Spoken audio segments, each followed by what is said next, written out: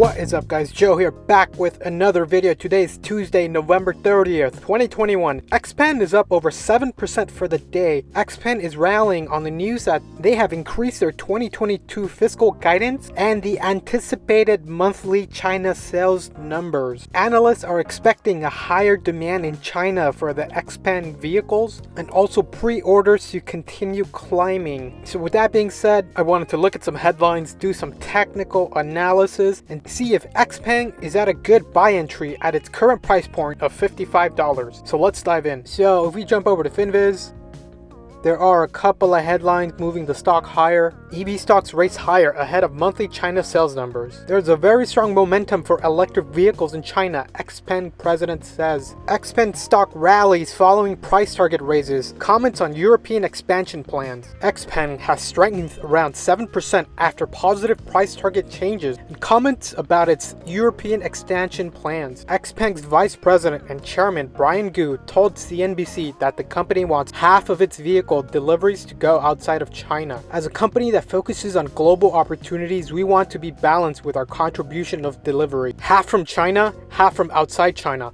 In the long run, Gu explained in an interview on Squawk Box Asia. Gu added that Xpeng plans to invest further in international markets in the next couple of years following its first shipments to Norway at the end of 2020. The company expects to enter the Swedish, Danish, and Dutch markets in 2022. In further positive news for the stock, Citi analyst Jeff Chung raised his target to 92 from 87, keeping a buy rating. Analysts said Xpeng's Q3 results were robust. Chung sees robo-taxis being a potential catalyst for next year. Ming Sung Lee of BofA also raised the price target on Xpeng shares to 66 from 63, maintaining a buy rating. Furthermore, Lee raised 2022 and 2023 sales estimates for the company following the earnings report. So if we jump back into FinViz, we do see that there were a couple of new analyst ratings made. Bernstein initiated an outperform rating and gave it a price target of $56. And Morgan Stanley initiated an overweight rating and a price target of $70. So if we scroll up, we can take a look at the weekly chart.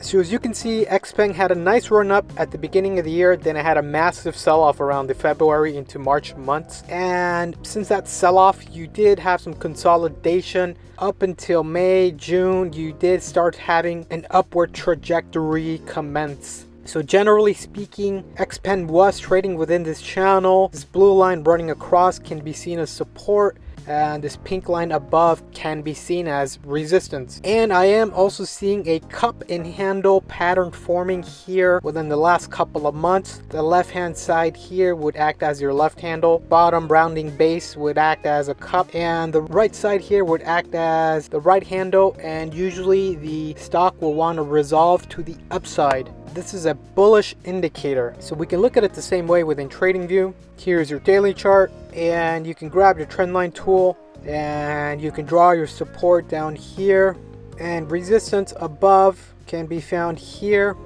And as you can see, Xpeng was respecting the channel. Every time it would bounce off of support here, and above it would get rejected at resistance, and we are seeing currently rejection at resistance. But the cool thing is I am noticing a cup and handle formation. So the way to draw it is your left side here is your left handle, the rounding base is your cup, and your right side here is your handle.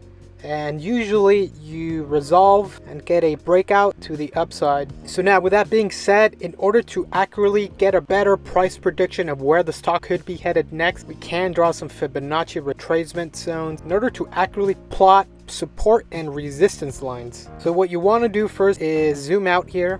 Great. And then grab your trendline tool. And the first anchor would be dropped at the lowest point of the stock, and the second anchor would be dropped at the highest point of the stock posted back in 2020. Great. And as you can see, Xpeng was trading in this range that's between the 50% retracement zone and the 61% retracement zone. We were able to push through that, and now we're in our next zone, and that upper ceiling here would be the $62 price target, and that's the 78% retracement zone. That would be our next ceiling, our next resistance line. So I fully expect Xpeng to begin trading in this range And once we're able to break through this, we will start revisiting our previous all-time high, and that would be our next level of resistance, and that's a price target of $74.43, and that's the 100% retracement zone. And if we're able to break through that, our next level of resistance would be the 127% retracement zone, and that's a price target of $90.18. And if we're able to break through that, our final level of resistance would be the 161%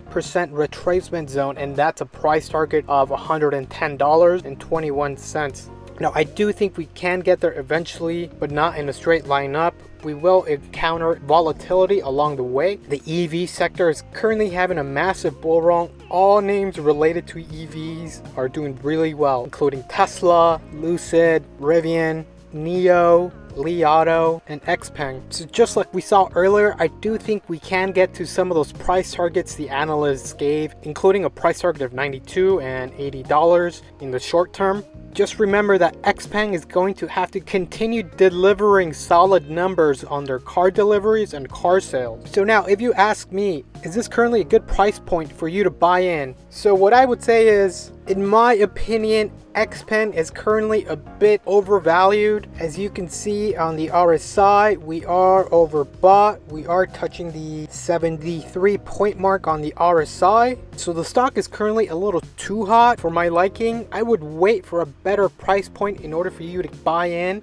I am bullish on the stock. I do think they have a bright future ahead of them. So if we turn on our volume profile here, do see that our point of control was the $38 price point here, and essentially the way you read the point of control is this is where the most active price volume was purchased at the $38 mark, and judging by the price action, we were getting a war between the bears and the bulls, and eventually the bulls won, and we have continued to rally higher.